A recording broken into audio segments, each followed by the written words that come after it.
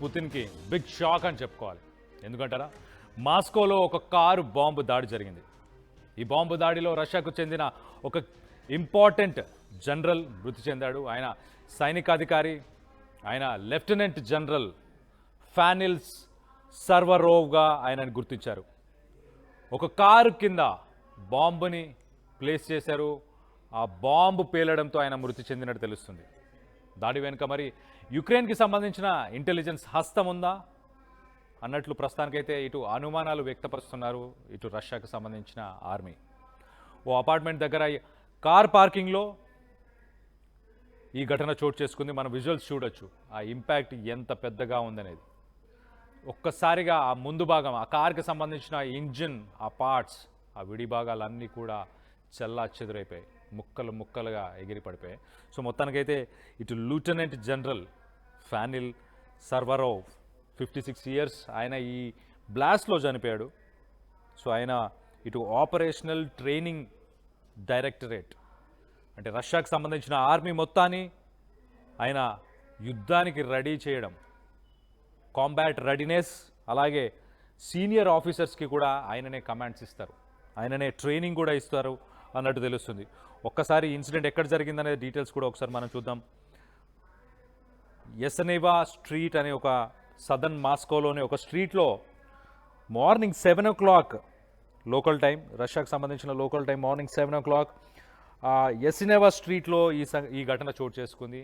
ఆ కార్ కింద IED, improvised explosive డివైసెస్ని ఆ కార్ కింద ప్లేస్ చేసినట్టు తెలుస్తుంది.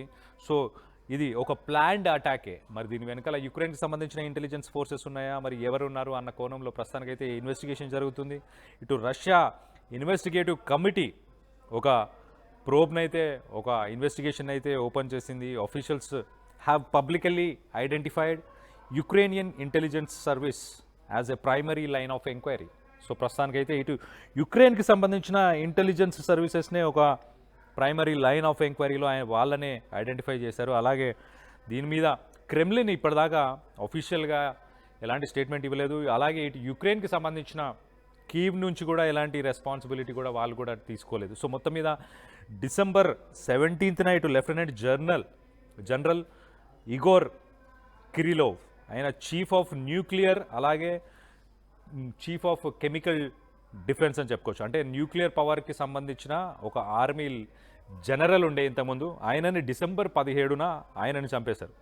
దాని తర్వాత April 25న ఇటు లెఫ్టినెంట్ జనరల్ యారోస్లావ్ మోస్కాలిక్, ఆయన జనరల్ స్టాఫ్కి డిప్యూటీ హెడ్గా ఉండే ఆయనని చంపేశారు.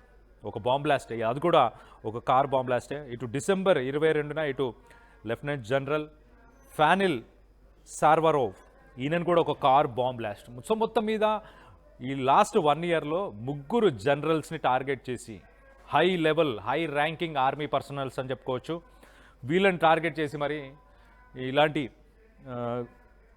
చర్యలు అయితే ప్రస్తుతానికి మరి యుక్రెయిన్కి సంబంధించిన ఇంటెలిజెన్స్ చేసిందా, ఎవరు చేసిందా అఫీషియల్గా అయితే ఇప్పుడు ప్రస్తుతానికి డీటెయిల్స్ రాలేదు. కానీ మొత్తం మీద ఇప్పుడు ఒక పీస్ టాక్స్ జరుగుతున్న సమయంలో ఇలాంటి సంఘటన చోటు చేసుకుంది. దీనికి సంబంధించి మరిన్ని వివరాలు కూడా తెలుసుకునే ప్రయత్నం చేద్దాం. మా ప్రతినిధి సచిన్ ఉన్నారు, నా కొలీగ్ సచిన్ ఉన్నాడు, సచిన్తో మాట్లాడి తెలుసుకునే ప్రయత్నం చేద్దాం. సచిన్ చెప్పండి, అసలు ఒక పక్కన ఫ్లోరిడాలో ఇటు Ukraine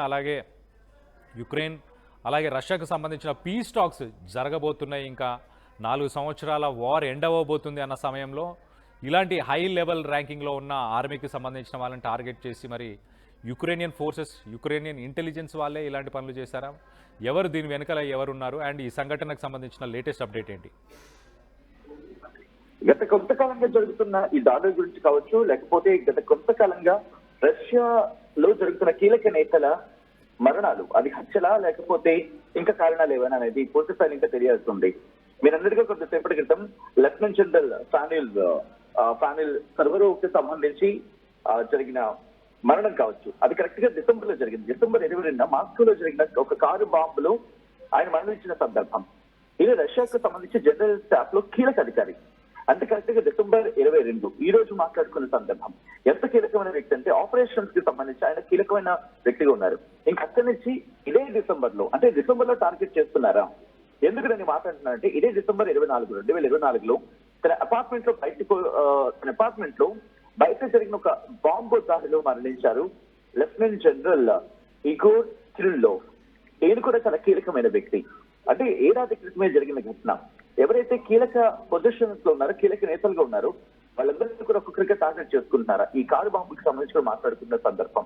but coming back to subject here again, April 2025లో లెఫ్టినెంట్ జనరల్ యారోస్లావ్ మస్కలిక్ ఈయన కూడా ఒక పేలుడ్ లో ఆయన ప్రాణాలు కోల్పోయారు. సో దీంతో పాటు అలెక్సీ నవాల్నీ కీలకమైన వ్యక్తి. ఎంత కీలకమైన వ్యక్తి అనేది నేను ఒకసారి మీకు జస్ట్ బ్రీఫ్ ఇస్తున్నాను. రష్యా ప్రతిపక్ష నేతగా పేరుగాంచారు ఆయన. ఈయన ఫిబ్రవరి 2024లో ఆర్కిటిక్ జైల్లో అనుమానాస్పద స్థితిలో మృతి చెందడం, పుతిన్ ప్రభుత్వం దీనికి కారణం అని చెప్పి ఆయన మద్దతుదారులు ఆరోపించడం ఇది. దీంతో పాటు రష్యా మాజీ రవాణా మంత్రి ఈయన కూడా జూలై 2025లోని పదవి నుంచి తొలగించబడిన రోజు ఆయన భౌతికాయం అంటే ఆయన బిగదచ్చుగా కనిపించడం, ఇవన్నీ కూడా క్వశ్చన్స్ ని రైజ్ చేస్తోంది. వీటన్నిటికీ మించి మీకు బాగా గుర్తుంటే కనుక ఎవగ్రీ ప్రిగోజిన్, వాగ్నర్ గ్రూప్, సో ఇవన్నీ ఘటనల గురించి మాట్లాడుకుంటున్న సందర్భం. ఇలా బ్యాక్ టు బ్యాక్ ఘటనల వెనకాల ఎవరి హస్తం ఉంది? ఏమైనా యుక్రెయిన్ చేస్తోందా, లేకపోతే ఇంకెవరైనా ఉన్నారా అనే క్వశ్చన్ మార్క్ ఇక్కడ రైజ్ చేస్తోంది. ఎందుకు ప్రస్తుతం ఈ చర్చ జరుగుతోందంటే కనుక రష్యా యుక్రెయిన్ యుద్ధం పతాక స్థాయికి చేరుకుంది. దాదాపుగా 4 సంవత్సరాలు అవుతోంది. దాదాపుగా 4 ఏళ్ల నుంచి ఈ యుద్ధం కంటిన్యూ అవుతూనే ఉంది. ఎక్కడ కొలిక్కి రాని పరిస్థితి.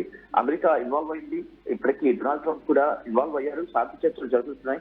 కానీ ఎక్కడ కొలిక్కి రాని పక్షంలో ఎందుకు బ్యాక్ టు బ్యాక్ ఇటువంటి హత్యలు ఇటువంటి మరణాలు సంభవిస్తున్నాయనేది ఇక్కడ వినిపిస్తున్నమాట. సో దీనికి సంబంధించి ఒక్కసారి నేను మాట్లాడుకునే ప్రయత్నం చేస్తున్నప్పుడు ఈ కీలకమైన వ్యక్తులు అంటే ఫనిల్ సర్వరోవ్ కావచ్చు, డిసెంబర్ 2025లో ఈ రోజు డిసెంబర్ 2025 కారు బాంబులు ఆయన మరణించిన క్రమం.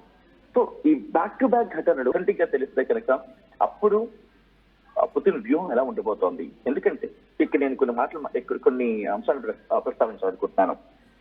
ప్రామినెంట్ ఫిగర్స్ గురించి మాట్లాడుకున్న సందర్భంలో, రష్యా ప్రామినెంట్ ఫిగర్స్ మరి ముఖ్యంగా నేషనలిస్ట్ మూవ్మెంట్ గురించి మాట్లాడుతున్న సందర్భంలో దరియా దుగినా 2020 కావచ్చు, అలాగే very influential pro war blocker మాట్లాడుకునే లాదన్ తతర్స్కే కావచ్చు, వీళ్ళందరూ కూడా ఒక బాంబు పేరులోనే మరణించిన సందర్భం.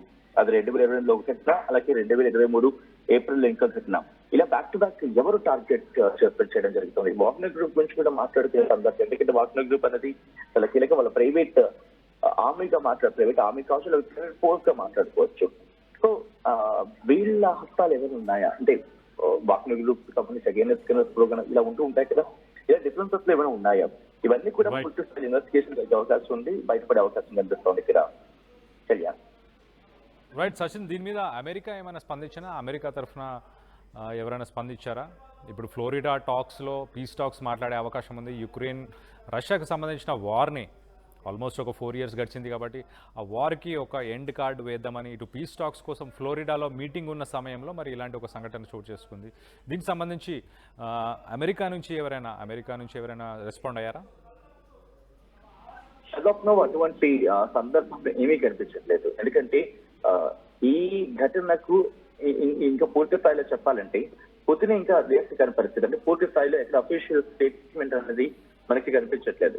సో అటువంటిది ఇంకా అమెరికా రియాక్ట్ అవుతుంది అనుకోవడం బహుశా ఇది అతిశక్తి అనుకోవాలి. ఎందుకంటే ఇంతవరకు కూడా అమెరికా మీదుగా రష్యాలో జరిగిన దాడుల మీద రియాక్ట్ అయిన సందర్భం అంతకు కనిపించట్లేదు. ఎందుకంటే ఇది వాళ్ళ దేశానికి సంబంధించి దట్టు కారు పేలుడు అనేది ఇక్కడ వినిపిస్తున్న మాట.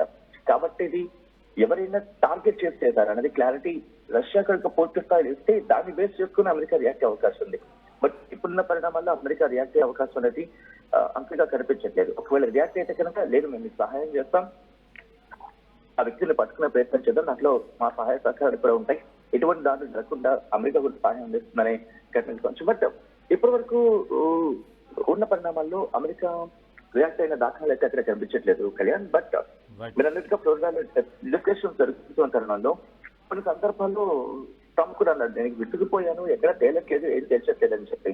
బట్ పుతిన్ మాత్రం చాలా సంయమనంగా ఎక్కడ దుందుడుగా అంటే ఇన్ మీన్స్ ఆఫ్ ట్రంప్ వ్యవహారంలో ఎక్కడ దుందుడుగా వెళ్ళట్లేదు.